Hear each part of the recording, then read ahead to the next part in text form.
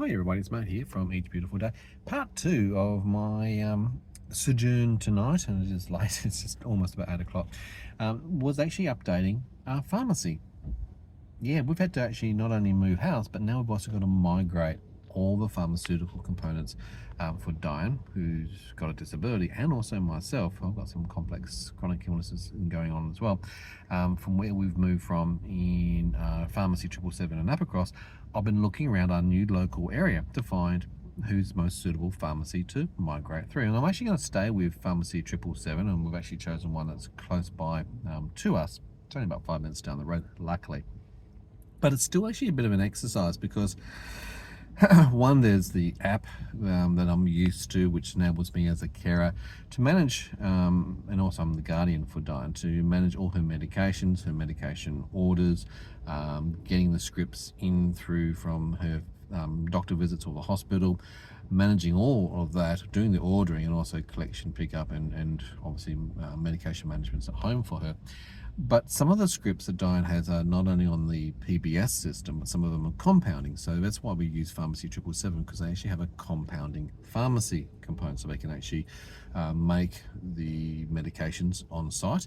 And some medications I have to actually order in. And that was one of our challenges, because I do know what it's like when you change pharmacies to acquire certain medications because of the costings around certain medications. And my exercise tonight with the new pharmacist here at Pharmacy 777 was actually a bit of a negotiation exercise. And this is a bit of a tip for those who are considering this, to be aware and be mindful that each pharmacy has their own charging sort of scale. They might use different suppliers in their supply network.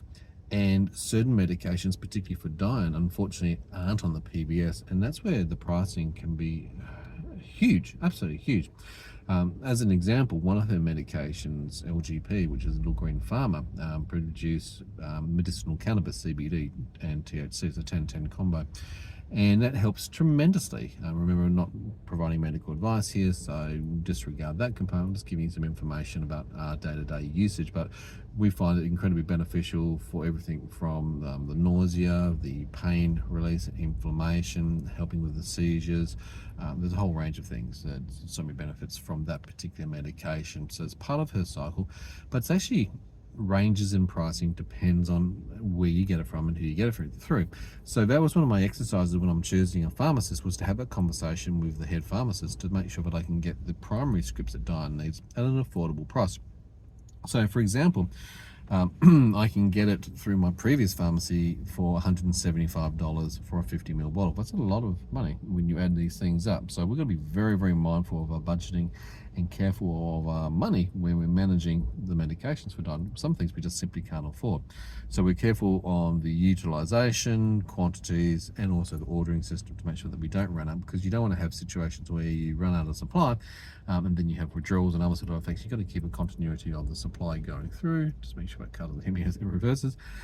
So that was one part of the thing, was to look at their supply network availability and then also their costing. Now, when we first started the conversation, it was actually $225 for the same thing through this particular pharmacy. And I'm going, okay, I understand how this system works. In fact, if you shop around through different suppliers, it can be even up to as much as $265. Yeah, I know. Exact same medication, it just depends on who you get it through. Now, as I explained to the pharmacist directly, I can actually get it through Oxford Compounding, the major Perth supplier, which is very affordable, directly if I go to that location for $175, or I can have it actually delivered out to me for only $10 more by postage, so $185 tops. So I'm certainly not going to be paying $225. There's a $40 saving just in that alone. But as I explained to the pharmacist, it's like, well, certain suppliers in your network, if you use, and one of those is Hospital House, if you use them and you actually buy in bulk, so you have an order of at least 2 or more, because Dyan will use this consistently now that we're sticking with you, you can get it in at a cheaper subsidized rate of being able to offer us at $175. So she checked with the original pharmacy, checked with the supplier, and confirmed that absolutely she could do this. She wasn't aware of that, so great, she's learned something, and we're able to get the same medication at the same price at a new pharmacy. So that's tick, that's one thing's been done. All of the previous scripts I've obtained and now put on file, both for myself and for Dyan at this new pharmacy. I've updated the app the MetaVisor app, so it's connected directly to this specific pharmacy. So when I order now, those orders will come through, they'll message me when they're ready to pick up, and I can save time, and I can even have them delivered out as well as part of their offering of services. They do that Monday through to Friday, and they do that from 12 to 4 o'clock in the afternoon. So that's a good service to have as well. These guys are open 7 days a week, 365 days a year, regardless of anything. It's from 7 in the morning to 8 p.m. at night. So again, I've chosen a pharmacy that's got availability for the hours sometimes that I need it. And weekends are important because some pharmacies may not work on a Sunday. Some might have a restricted time frame on a Saturday, for example, or some of them don't work too late at night. So this was very important for me to have something which is close at hand, have good operating hours and availability, because as I said to the pharmacist, you're going to see me here regularly. On average, it's every 3 to 4 days. I'm coming in to buy various medications and supplies and scripts between the two of us. So we start to build a relationship with the team there and get to know them. So that's the important part of that. So those things have all been done. I've also given her all the other paperwork from the hospital pharmacy for the various sort of scripts. I've checked to make sure that the e-scripts, which is a common thing that's now used by many doctors here in Australia, is able to be accessed, and the token for that has been sent out with authorization for the pharmacy to be able to connect to the e-script. So both of those have been checked for Dyan and myself. So they've got full access now to all the data. And I've also given them the WA State Health Department authorizations, as well as the TGA authorizations for some of Dyan's medications, because that needs to also be on file.